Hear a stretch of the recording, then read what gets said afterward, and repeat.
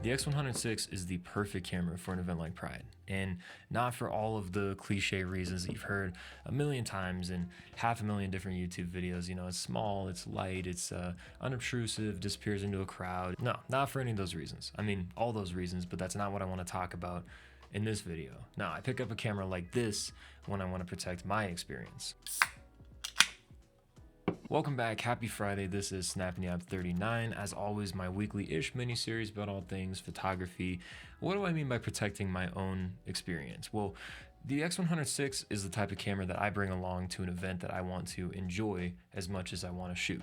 The X Pro 3 is definitely a part of this conversation as well. Both of these cameras can get the job done without any compromise, and they're the easiest thing and probably the most fun thing in the world to carry around all day long. I often think that if I didn't run a YouTube channel, I would probably not even own a camera that I couldn't fit in a jacket pocket. But that's about all the time and patience I have for gear talk on this particular Friday, so let's jump into some of the results from the day. First thing I want to touch on is how I personally go about getting what I call the documentary look. It's that token hard contrast, saturated, punchy look that was pioneered by the greats of street photography, right?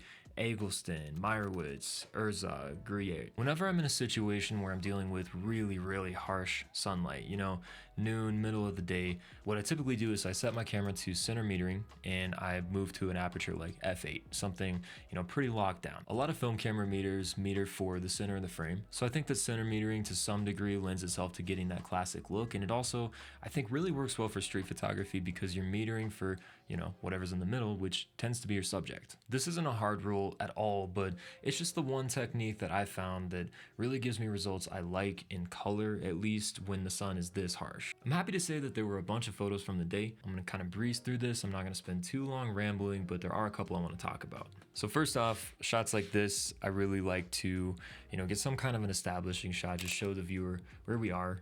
If you see this in a larger set, you're gonna see how many people are out on the streets, what everybody's wearing, just the general vibe. I kind of consider these photos a bit mandatory almost when you're covering or documenting some kind of an event. Then you've got the really subject-led photos. I think that this is important to show next to the big establishing shot, you know, get really unabashed portraits, whether they're candid or not, of the people at the event, you know, one-off, ideally single individual portraits. So really, I just go for anybody who's a character, and that's where a lot of these photos came from. And I think this also has the additional benefit of filtering out people who don't maybe want the attention or want to be photographed. Another thing I always go for is couples. I really like to photograph people who are, or at least look as though they're couples. There's kind of an interaction between two people that's sort of inherent with any kind of couple that's walking down the street, whether it's a conversation or a hand gesture or some kind of, you know, PDA. I just really enjoy photographing couples, I guess. I liked this one a lot. I think it's obviously kind of a statement. I like including text or words or phrases or messages in photos as much as possible. This person wasn't hiding their face from the camera, but they were just, you know, using the fan, and I used a high angle, kind of raised the X100VI up and shot down at them to get this photo. And then I like, you know, this person in the back obviously is also staring me down, which is kind of funny. And I didn't used to be this way, but I absolutely love eye contact now.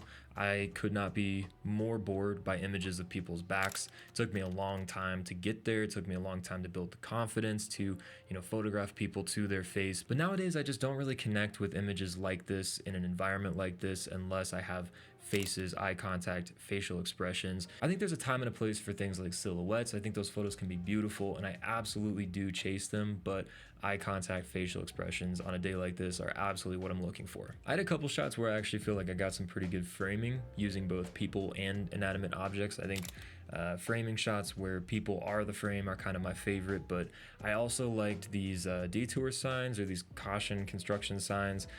Got this girl going through with her skateboard, which I thought made for a decent subject, and then this guy was crossing the street. He stopped and he wasn't looking at me initially, but I just kind of kept the camera there. I'm like, I'm gonna see what this guy's gonna do, because he's right perfectly in the middle of these two signs, and he looks directly into the lens, and I just fired off a burst right then and there. I was like, I gotta have this shot.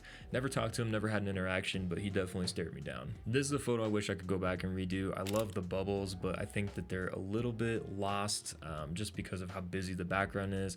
Would have liked to work the scene a little bit, but there weren't very many people kind of walking back and forth. This was behind these tents, so on the other side was the front where more people were, and unfortunately the bubble machine was in the back. What are you gonna do? Now, there are two more things that I really want to touch on in this particular video because it's about Pride, but I think that these next couple photos are kind of a very natural transition into that. And they're photos where I bruised the scene, I was noticed, people saw me taking the photo and they reacted. I think my favorite one of these is this girl with the hair, it's absolutely badass. I have no idea. I don't know if I want to know what she does to get it to stay like that, but it absolutely rules, and I loved how this photo came out. But I think the thing that I like the most about these is that these people are very clearly happy, enthusiastic about being photographed. They're not being caught unaware or being caught off guard or feeling embarrassed or questioning what my motives are. I believe in being compassionate towards subjects above all else. I think the comfortability of the subject has to come first, no matter what in street photography, even if it costs me my own work, even if I lose out on a candid image or something like that. In situations like this, I just want to make sure that all of my subjects can see that I'm approaching the interaction in a positive and celebratory way. I talked about this just recently on Monday, but whenever I get noticed taking a photo, I try to smile and wave and acknowledge the subject, engage with them if they want to have a conversation, but never ever hide the camera. For what it's worth, I think that you can capture raw, gritty street photography without making anybody feel exposed or uncomfortable. I actually believe that it's our responsibility to document responsibly and courteously. In short, I just never want a subject to walk away questioning whether my intentions were positive.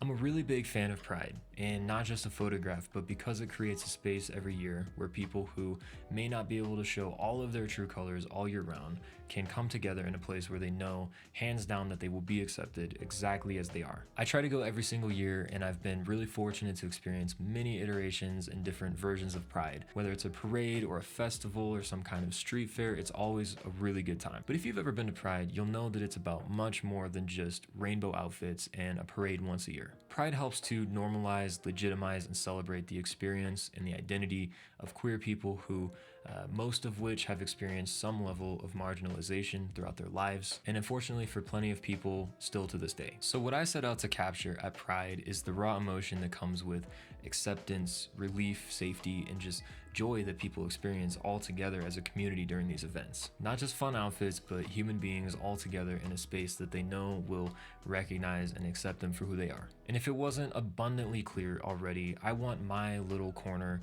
of the internet to always be a welcoming space for absolutely everybody. And because of that, I'll always seek to do absolutely everything that I can do as a photography YouTube channel to foster the kind of community here that you see every year at Pride. But that's all I got for this one. Thanks so much, as always, for watching. Really hope you enjoyed this. Drink lots of water, take great photos this weekend, and a very happy, slightly belated Pride.